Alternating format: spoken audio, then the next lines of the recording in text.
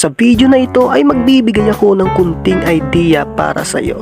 Okay. Sa idea na ito ay makakatulong para sa pag-i-improve mo gumuhit. Ituturo ko sa iyo ang technique na ito. Ang method natin ngayon ay Asaro method technique. At ang reference nga natin dito kung nakikilala nyo ay si Cherry White.